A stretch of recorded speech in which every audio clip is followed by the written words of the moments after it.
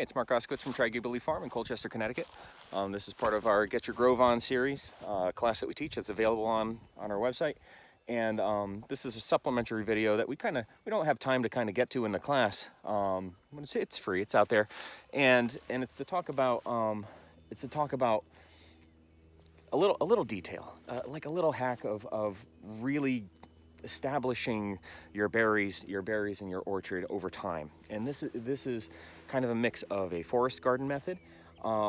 It's taking that philosophy where we have a canopy, we have our fruit trees that are established here, and what we're doing with those fruit trees is we've got wood chip beds underneath, okay, and we're getting sun to grow our fruit trees in the top tier, but there's all this wasted solar energy that's not being collected underneath. And by planting underneath, we get multiple benefits. Now, one is that you can see I can just mow right on through the paths here, and I'm weed free, okay? Because I put wood chips down. I don't have to mow around trees. And because I'm planting something like the brambles, so if you're thinking brambles or your raspberries, your blackberries, they grow thick and dense. Another great one to do for this is asparagus. Grows in pretty thick and dense, especially if you don't plant it like it says on the package and you actually plant it a little more densely, putting a crown every foot or so within a 4-foot space. A couple rows of it, it gets really dense. You don't have to follow the directions on planting density for asparagus, and it really shades out and grows right up through the wood chips every year, meaning that you have a weed-free bed, and because you're mowing along the edge, you're controlling the movement of grass kind of going in, and because you're letting your perennial food get established in that canopy underneath. The grasses don't have a chance of really moving in. All right, and of course you got to refresh the wood chips every few years or so. But establishing brambles is really easy. It's like we don't even talk about it in the class because it's one of those things where it's like you get a spade, you get a shovel, you open up a slit in the ground with the shovel, and you just shove the plant in.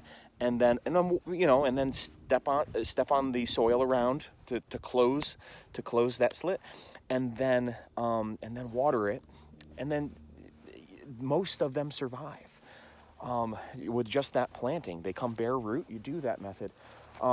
Of course, I would soak the bare root plants in a bucket for a few minutes before I'd plant them, so that all the little rootlets and stuff were fully wet before they went in the soil, and I'd make sure that the soil was fully soaked afterwards with a hose.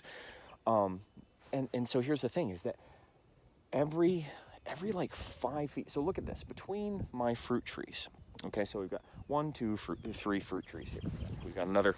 Let's see, one, two, and 3 fruit trees here, and then the row just keeps on going. It's a couple 100 feet, this pattern, but I've got all this wasted space that I'm taking advantage of, all this bonus space, we should say, in between the fruit trees. And the fruit trees are planted, they're about 25 feet apart.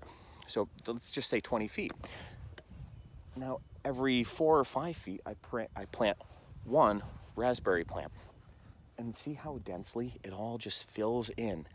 This was only planted with a few raspberry plants about 5-6 years ago. This row, the one before was planted about 10 years ago. There's an adjacent row right there. And then another row was planted here. Again, there were only about 5 plants planted there, but these raspberries, they fill in the space really well. And then even this year, I continued it. I wanted yellow. I had a patch of yellow raspberries in a previous spot, and I moved them. They didn't survive the move, and so I bought some new yellow raspberries that fruit in October. They're great. They're so nice. And I've just got 1, 2, 3, 4, 5 plants. You can't even see them because they're just sticks there. I planted them last year in the fall, but I know in a couple years, this gap right here is going to be filled with raspberries, and it's going to match this established bed of raspberries. The same thing happens with blackberries, except you plant crowns, individual crowns of. So it's a plant. A blackberry plant forms a crown rather than the raspberries who send runners out underneath the ground to spread. The blackberries just spread within that area. So when you plant them, you know, 4 feet, 5 feet apart, they fill up the space because that crown just sends up multiple canes from that one crown, while the raspberries will send runners through the ground and move beyond the initial crowns, So you can really see where the crowns started for the raspberries. But if we went to one that was more that was established before this one, you can't even see where like the original crowns were because they've spread so far. You know, there was probably five plants that started with, and now it's this really cool thing. So if you want harvest for a long time, this is like a tip for you as you're establishing your orchard.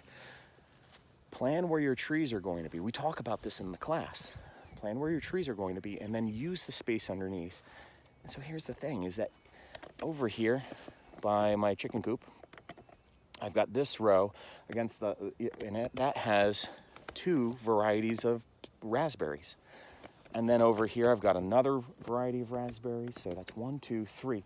There's 4, 5, 6, 7, 8 varieties of raspberries. Now, what that means is, if you take my class, we talk about like, what are your goals in setting up your property? And one of my goals is to just always have something fruiting, to always have something available during the season to extend the harvest. I have a friend who likes to have everything harvested at the same time. So he would pick varieties, or maybe stick with only 1 or 2 varieties that probably only fruit at once.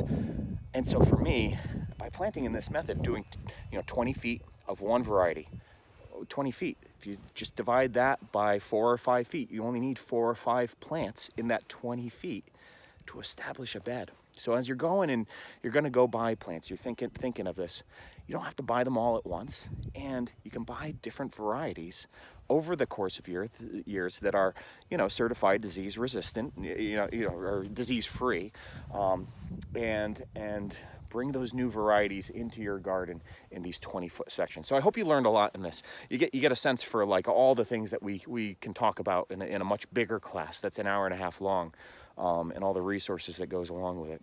Thanks for watching.